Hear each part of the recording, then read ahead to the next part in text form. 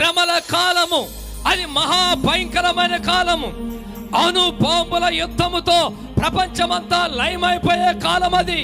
కానీ మనకు ఒక సిద్ధపాటు ఉంటే మనం ఎత్తబాటులో ప్రభువుతో వెళ్ళిపోయి పెళ్లి విందులో ఉంటాము. హల్లెలూయా. తండ్రి ఇంటికి వెళ్తాము.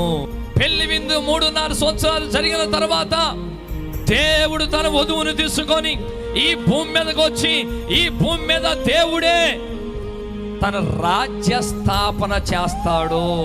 ఏ నిరీక్షణతో మనం ఎదురు చూస్తున్నామో తెలుసా?